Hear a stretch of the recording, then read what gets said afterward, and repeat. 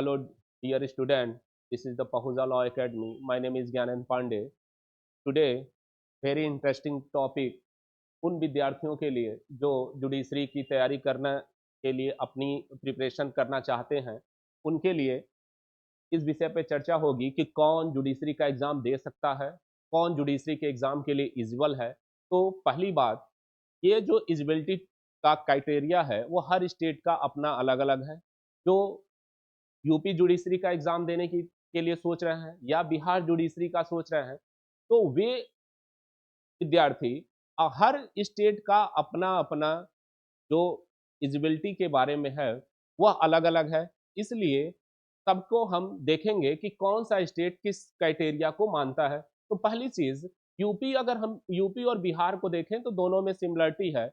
UP और बिहार में वे विद्यार्थी जिनकी एलएलबी कंप्लीट हो गई है किसी बार काउंसिल से मान्यता प्राप्त विश्वविद्यालय से या उन डिग्री कॉलेजों से, वे एलिजिबल हैं जज बनने के लिए, वो फॉर्म भर सकते हैं। कहीं जैसे दिल्ली के और हरियाणा आयोग जो है, उनके लिए एलएलबी तो कंप्लीट होनी ही चाहिए, बल्कि बार काउंसिल में उनका रजिस्ट्रेशन भी होना चाहिए। वही लोग उस स्टेट का जुडिशरी का एग्ज़ाम देंगे, पहली चीज़। दूसरी चीज़, बात करें हम ऐज की, तो ऐज को भी हर स्टेट ने अपने-अपने हिसाब से अलग-अलग निर्धारित किया है। जैसे यूपी में मिनिमम आयु जो है 22 साल और मैक्सिमम 35 साल है, और बिहार में जो यही मिनिमम 21 साल और मैक्सिमम 35 साल के स्टूडेंट विद्यार्थी ही जुडिशरी का एग्ज़ाम दे सकते हैं। दूसरी चीज़, आपको यह जानना भी पड़ेगा कि यूपी में केवल 4 अटेम्प्ट ही दिया जा सकता है।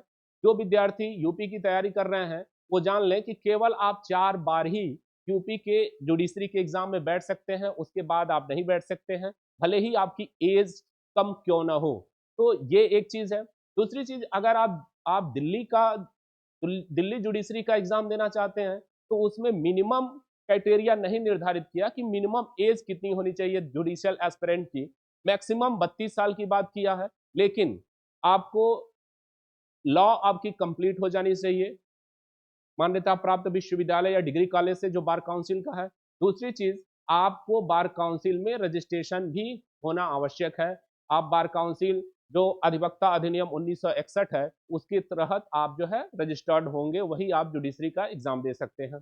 तो ये रही, और इस पे भी हर स्टेट के जो एससी और एसटी के कैंडिडेट हैं, ओबीसी के कैंडिडेट हैं या टीएच कैंडिडेट हैं, उनमें एज का कुछ रिलैक्सेशन भी दिया गया है।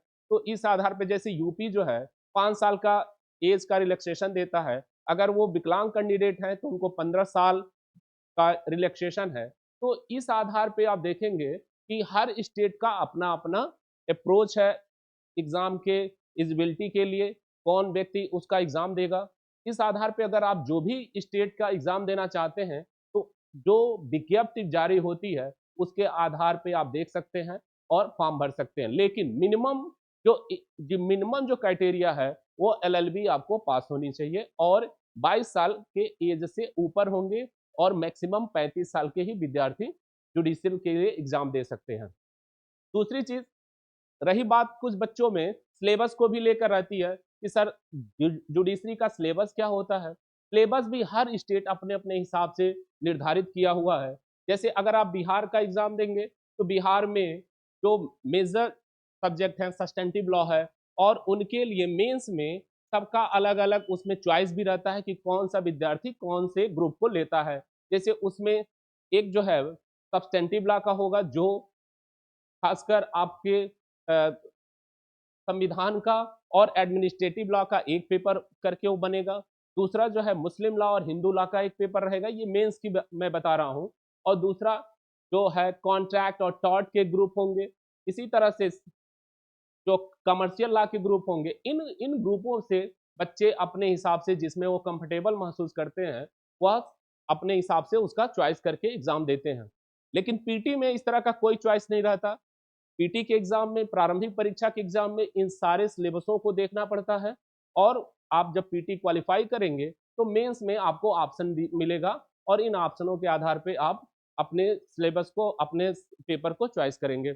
यूपी में, अब यूपी स्टेट की बात करें, तो यूपी में ऐसा कोई चॉइस का नहीं है। सारे विद्यार्थी लगभग 15 जो सब्सटेंटिव लॉ और प्रोसीजर लॉ मिला के पेपर बनते हैं, और इसमें जो है मेंस में, इस पीटी में तो सारे रहेंगे। खासकर जो अ, जो भूमि सुधार अधिनियम है या चकबंदी का है, वो तो मेंस मेंस में पूछता है, पीटी में नहीं रहता है।